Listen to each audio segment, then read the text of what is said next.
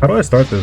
Like, I don't do intros. Oh. I'm gonna be like, with the recent announcement of, yeah, like, nah, let me not do that. But the thing is like, I kind of plan to talk about all of Battle Hour in a single video instead of like splitting it into two because Elijah isn't here. One question I have though for fighters is with the new character coming out, are you planning on wanting to play more of it, or are you just gonna retire and go straight to? No, I'm gonna retire next year when Xenoverse 2 comes out or 3 comes out. When Xenoverse 3 comes out, I think I'm done because I think I'll tailor like all of my content to Xenoverse 3. Well, what is it about it that you find like it's good in both the multiplayer aspect of it as well as the game itself?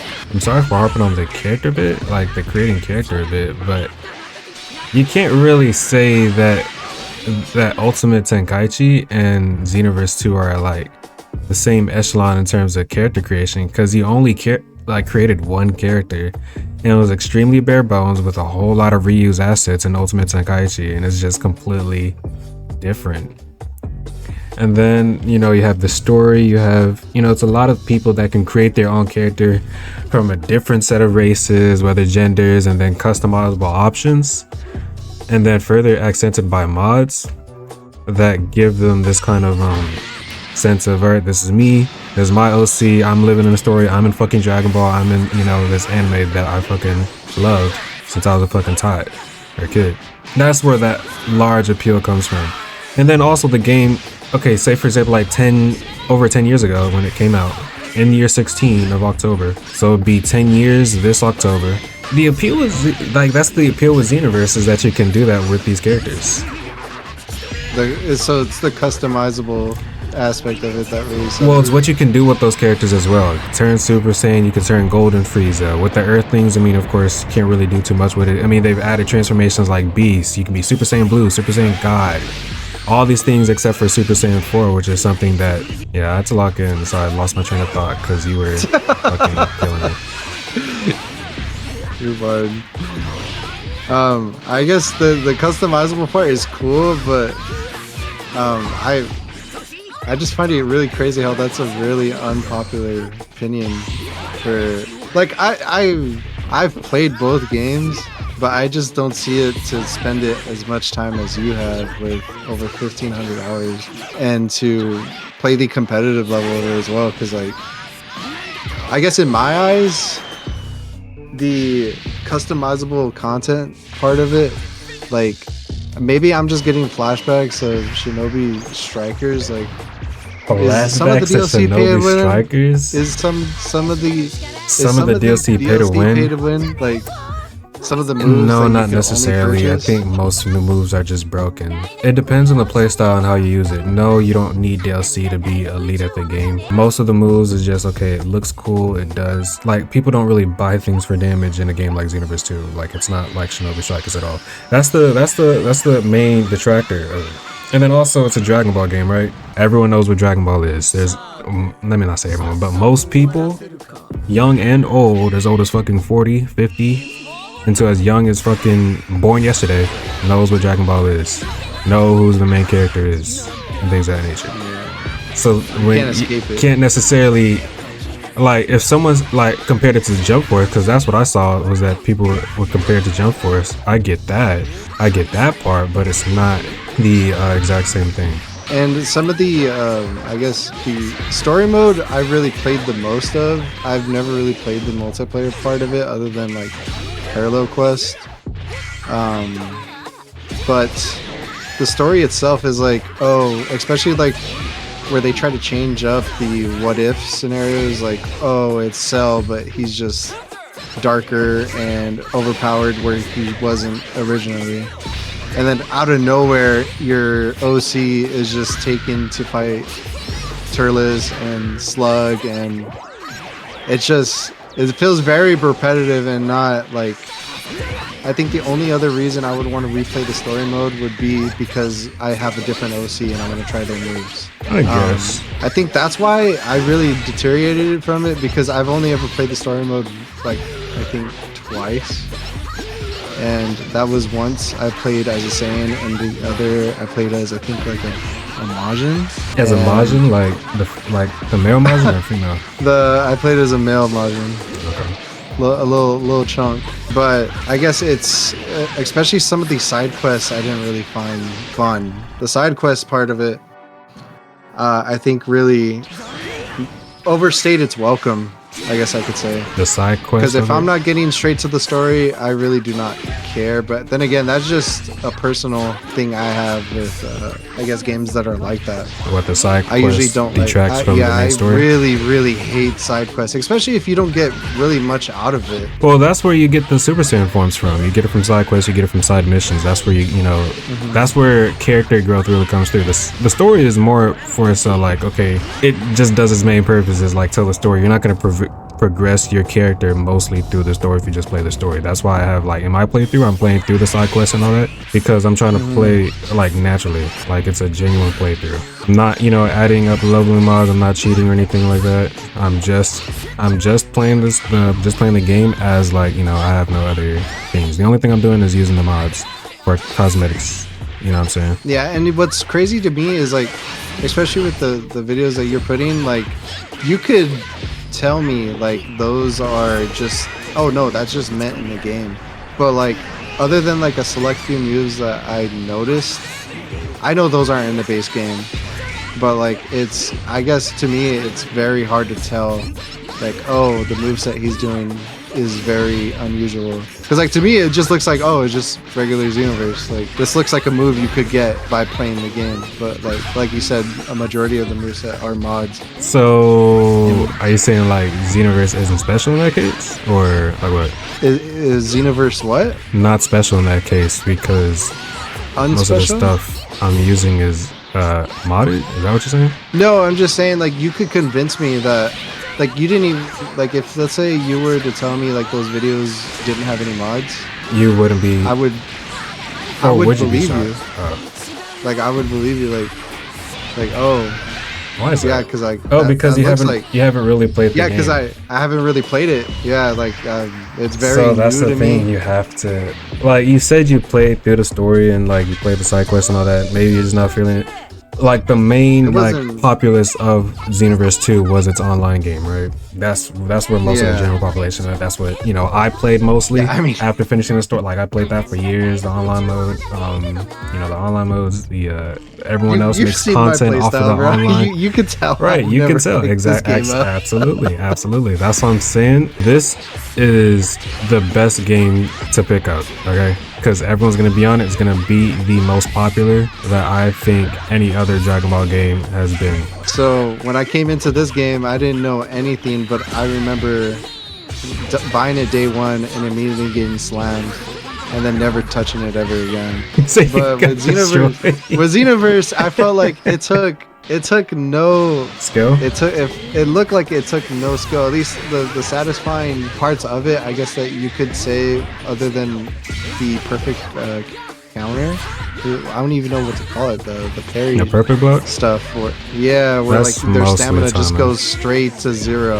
Other than that, it looked all right to me. But then again, I thought the whole idea of just, oh, you need to have this moveset or this moveset to really compete, or this character was toxic online or something like that. Like, I heard Hit was probably like the best character in the game, at least for a minute. But I guess to me, Xenoverse was always a game of, oh, you pick it up to play some parallel quests, you get to make your own OC. Other than that, like, it still amazes me, like, how a lot of people are excited of this game. That's because you're amazed. Maybe it skipped over my generation. It didn't skip over your generation. It's not just your. We are 2 years max apart, I think. How old are you? Anyway, no, there's no generational thing. You have people who are 35 playing that bitch. But I don't know. I mean, even when that game came out, I was like, oh well, I'll probably buy it. The first one I got for sure. I remember loving that. The second one I rarely ever played. I think more of my time was on Fighters, for better or for worse. I think that's just a personal thing, because it makes complete sense for the game to be as popular as it is. Yo.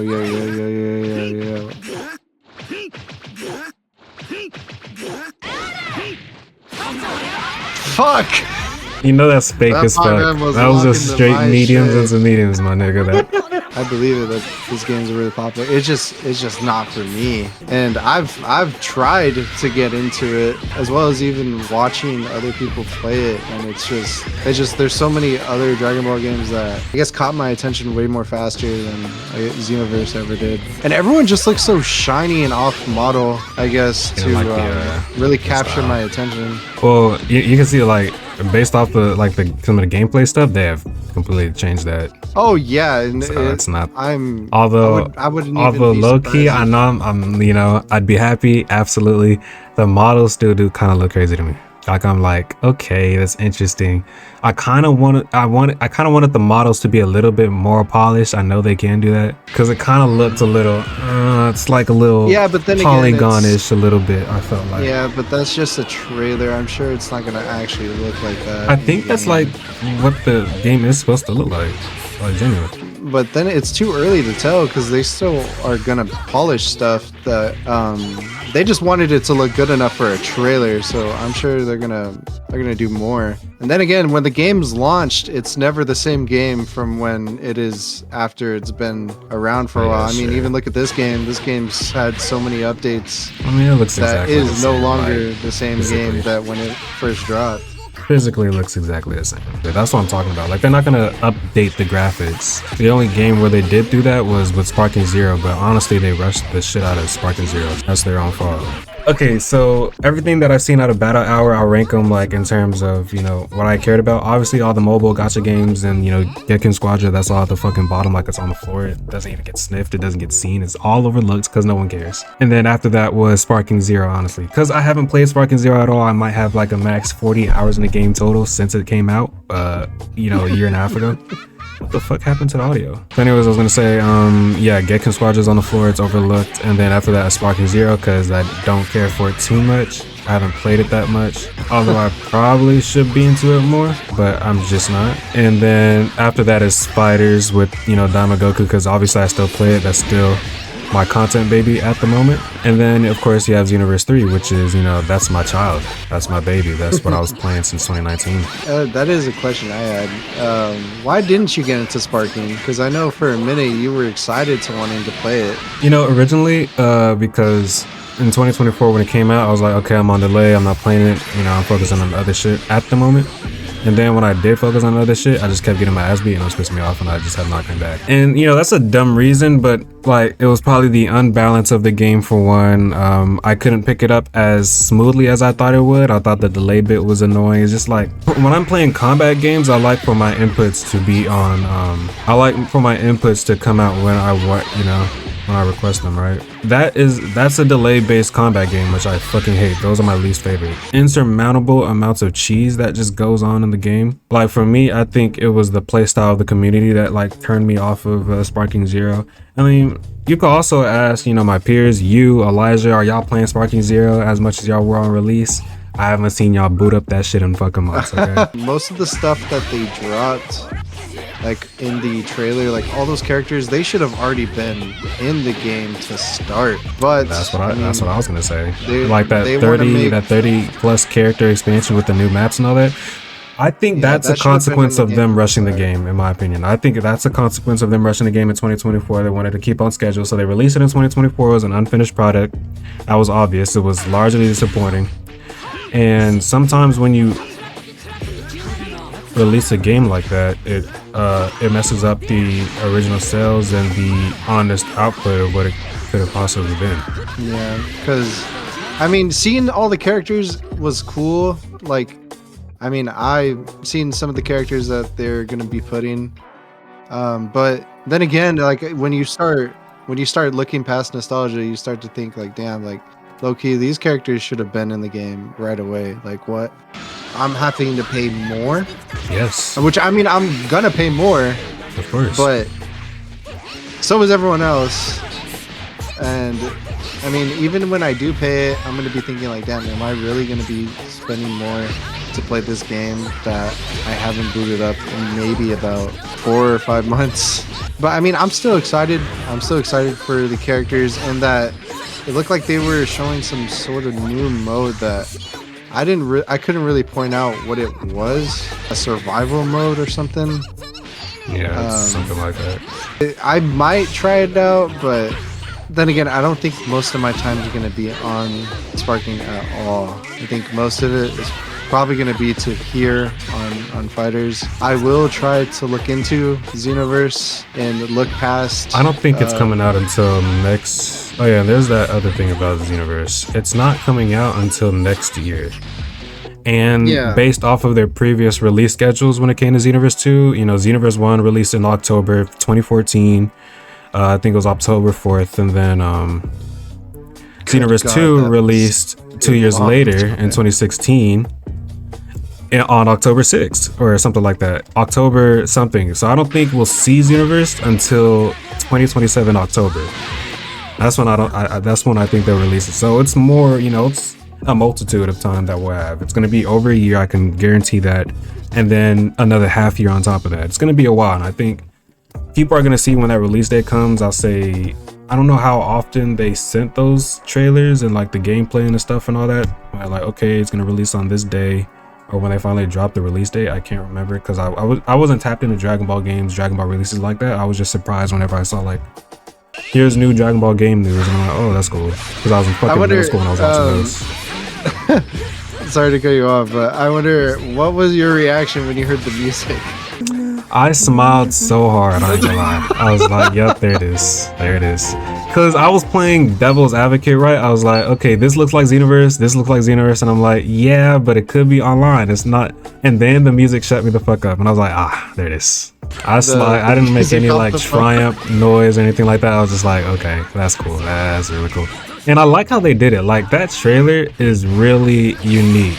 Out of all the games that I guess were showed to get announced and plus with DLC, would you say Xenoverse 3 is probably the one that you are most excited for? Of course, usually at the top one. Like, everything else is like in its subcategory. If I were to make a tier list, I'd put Xenoverse 3 in S, and then everything else is in like C or above. The Daimagoku DLC coming out, that's maybe in C tier. Like, on a best day, maybe B, considering it's 2026 and we're not getting too much with Dragon Ball in 2026, at least in this game. And you know, that's the first DLC character in 4 years, because Lab Coat came out February of 2022. That was the last character. It's 2026 now. Yeah, it's that long. That's why I'm so hyped for Xenoverse 3. And I kind of like want to go into deep analysis, but I won't do that in this video. I'll do it like later this week. What would you say you are more excited for to play, the story or more of the multiplayer for Xenoverse? The story. The whole game. Story actually. Over the multiplayer? The whole game. Because the fan base will ruin the multiplayer aspect of it first, so I'm playing the story. Like, I'm gonna play the full, like, everything the game has to offer, I'm touching. That's what I'm excited about. But the world looks a whole lot more expansive than it ever was, and that only makes sense because it's been 10 years, so they've been developing it since I want to say 2020 or 2021. They've been developing Xenoverse 3. You know, it's been in the drafts, been writing, okay, what would the synopsis be, what are we going to talk about? And that's why they've drawn out, you know, the DLCs to come out in a timely rate. Like, I guess they didn't expect the game to die as much as they did. I guess they, you know, kind of overestimated the player base, I would say, in terms of having them keeping on the game while they're waiting, right? Because it's been forever and they've been releasing DLC forever, but at the same time, they've been expanding on the story with each DLC. Well, I think each DLC, if I'm not mistaken. I haven't kept up with it. That's why I'm replaying the game, because since I've left in 2022, that's like my furthest extent of what the game has to offer now. So I have absolutely no clue what's going on with the Time Patrol, why everything is so bad. Like, what's the story? I have no clue.